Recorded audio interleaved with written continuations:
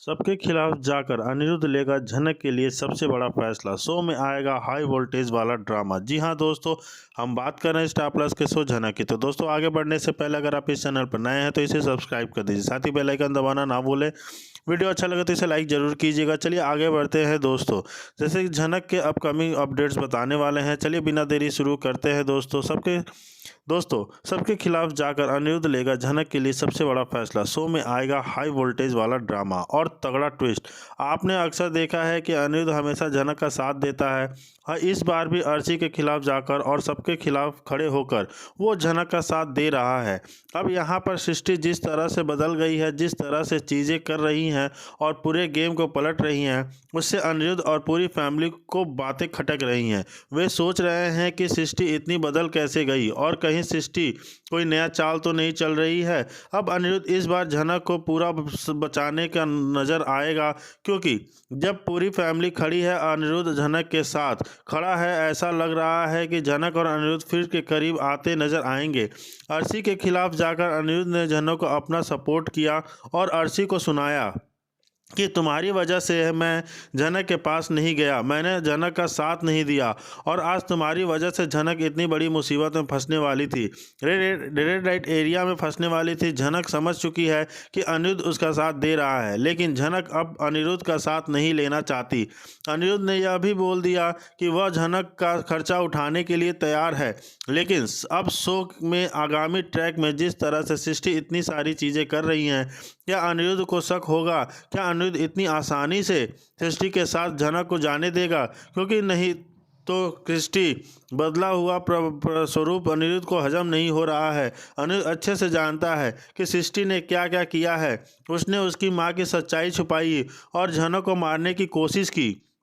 यह सारी चीज़ें कहीं ना कहीं काफ़ी शॉकिंग है। अभी शो के आगामी ट्रैक में देखा गया सृष्टि का खुलासा भी होगा, क्योंकि सृष्टि इतनी जल्दी नहीं बदल सकती। तो दोस्तों आपको क्या लगता है, सृष्टि के ऊपर भरोसा करना चाहिए या नहीं? हमें ज़रूर बताइए। अगर आप देख रहे हैं कि सृष्टि इतनी बदल गई है तो ये बात तो सब सही बात है कि किसी को हजम नहीं होगी कि ये सृष्टि इतनी जल्दी कैसे बदल गई, वो भी अपनी अर्शी बेटी के खिलाफ जाके। जब यहाँ रेड लाइट के एरिया का नाम सुना जाता है तो सभी घर वाले काफ़ी शॉक्ड हो जाते हैं कि झनक इतनी गंदी जगह रहकर आई है। यहाँ तनुजा बिपाशा झनक पर काफ़ी भड़कते हुए नजर आते हैं कि तुम इतनी घटिया जगह रहकर आ रही हो तो, और यहाँ पे तुम आ गई, तुम्हारे आने की वजह से हम सबकी इज्जत कितनी बदनाम हो जाएगी। अगर समाज को पता चल गया, लोगों को पता चल गया कि तुम ऐसी जगह से उठा कर आई हो तो हो सके हमें कैसे देखेंगे। वेल, यहाँ अनिरुद्ध भी काफ़ी सरप्राइज है कि आखिर इतनी क्या मजबूरी हो गई थी कि झनक को वहाँ जाना पड़ा। लेकिन अनिरुद्ध यहाँ झनक के ऊपर बिल्कुल नहीं चीखेगा, बिल्कुल नहीं चिल्लाएगा। इनफैक्ट झनक के साथ वो शो करेगा। जी हाँ, वैसे ही शो का अर्शी भी आंखों में काफ़ी गुस्सा होगा कि सिंपैथी शो कर रहा है झनक के साथ, लेकिन अनिरुद्ध यहाँ झनक का साथ देगी। जी हाँ दोस्तों, क्योंकि झनक उस एरिया में क्यों गई, आखिर उसके साथ इतना क्या बड़ी घटना हो गई, वह अनिरुद्ध जानना चाहता है। वेल, झनक यहाँ सब कुछ बताने वाली है, लेकिन धीरे धीरे करके झनक यहाँ खुद को कोसती हुई नजर आएगी और कहेगी कि हे भगवान, मुझे मौत क्यों नहीं दे देते। मैं जहाँ जाती हूँ हमेशा कुछ न कुछ प्रॉब्लम हो जाती है, मेरे साथ कभी भी कुछ अच्छा नहीं होता। इतना ज़्यादा दुख झेलने के से अच्छा है कि मैं मर जाऊं। लेकिन आप देखने वाले हैं कि झनक सही सलामत है, ठीक है। तो अनिरुद्ध को इस बात की खुशी होती है और वह सबके सामने ऐलान कर देता है कि झनक की जिम्मेदारी अब मैं लूँगा। हाँ, मैंने पहले भी झनक की जिम्मेदारी नहीं ली, उसे भगवान के भरोसे छोड़ दिया। जी हाँ, यहाँ रहेगी, ठीक रहेगी, लेकिन अब नहीं है, झनक की जिम्मेदारी लूँगा और उसका ख्याल रखूँगा। क्योंकि अगर मैं झनक को अब दोबारा छोड़ दिया ना, ऐसे तो फिर कोई इसे किडनैप करके ले जाएगा, फिर झनक मुसीबत में पड़ जाएगी। इसलिए झनक अब इस घर में रहने वाली है। आप देखेंगे जहाँ पे तनुजा बिपाशा का तेवर एकदम ही बदला होगा, इसके साथ साथ यहाँ दादी का भी तेवर खूब ज़्यादा बदला हुआ नजर आएगा। झनक को वह काफ़ी कोसते हुए नजर आने वाले हैं, क्योंकि उन्हें लग रहा है कि झनक आ गई है तो अब हमारे घर में अशांति फैल रही है। यह लोग मना करते हैं कि नहीं झनक, तुम यहाँ से आई हो, वहाँ वापस चली जाओ, इस घर में तुम्हारी कोई काम नहीं है, हम तुम्हें इस घर में नहीं रहने देंगे। यहाँ अनिरुद्ध उस सबकी जुबान चुप कराते हुए कहता है, नजर आता है कि वह कहता है कि यह घर जब हमारा है ही नहीं तो हम लोग कौन होते हैं इसे डिसाइड करने वाले कि झनक यहाँ रहेगी या नहीं रहेगी। आप लोग शायद भूल चुके हैं कि इस घर में सबसे ज़्यादा राइट लालौन का है, तो अब वो डिसाइड करेगा कि झनक यहाँ रहेगी या नहीं रहेगी। और वैसे भी वह झनक को यहाँ रखेगा, आप लोग कोई भी नहीं होते बीच में बोलने वाले। कल यह बात सुन के बिपाशा तनुजा का मुंह बंद जाता है, क्योंकि वह झनक को अपनी नज़रों के सामने बर्दाश्त नहीं कर सकते। वैसे बात की जाए विपाशा की, तो विपाशा कुछ बहुत ज़्यादा रंग बदलती है, क्योंकि वो अर्शी के सामने झनक की तारीफ़ कर रही थी और कह रही थी कि झनक तुमसे बहुत अच्छा है, अच्छी लड़की है। अब यहाँ पर झनक उसकी आंखों के सामने आ गई, तो अब वह झनक को दोबारा कोसने वाली है, यानी पुराने अवतार में फिर से नजर आने वाली है।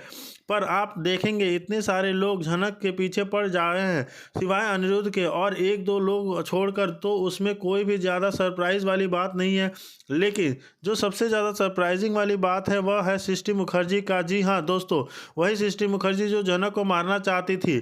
अपनी बेटी झनक को जान से मारने की कई बार कोशिश भी कर सकी है, कितना अटेम्प्ट कर चुकी है उसको मारने के लिए। झनक को जन्म देकर उसने अपना नाम ही नहीं दिया, झनक से ज़िंदगी भर नफरत की, अपनी बड़ी बेटी अर्शी से हमेशा प्यार किया और छोटी बेटी झनक को हमेशा नफरत भरी नज़रों से देखा, उसे बदनाम किया, उसे कैरेक्टरलेस तक कहा वह। लेकिन अब वहाँ मेकर्स ने सृष्टि मुखर्जी का कैरेक्टर को बहुत ज़्यादा बदल दिया है। जी हाँ, अब उसकी ममता को जगा दिया है। अब यह झनक को अपनी बेटी कहती है और झनक से माफ़ी मांगना चाहती है और उसे अपनी सभी गलतियों से एहसास हो चुका है। जब आप देखने वाले हैं कि यहाँ पे सृष्टि मुखर्जी जो है अपनी जान लेने की कोशिश करती है, उसे ऐसा लगता है कि मैंने इतने पाप किए हैं ना, तो मुझे मर जाना चाहिए, मुझे जीने का कोई राइट नहीं है। मेरी बेटी झनक ना जाने कहाँ है, किस हालत में है, मुझे कुछ नहीं पता। मैंने उसके साथ इतना बुरा किया तो मैं भी ज़िंदा नहीं रहूँगी। वह खुद की जान लेने की कोशिश करती है, सुसाइड करने की कोशिश करती है, लेकिन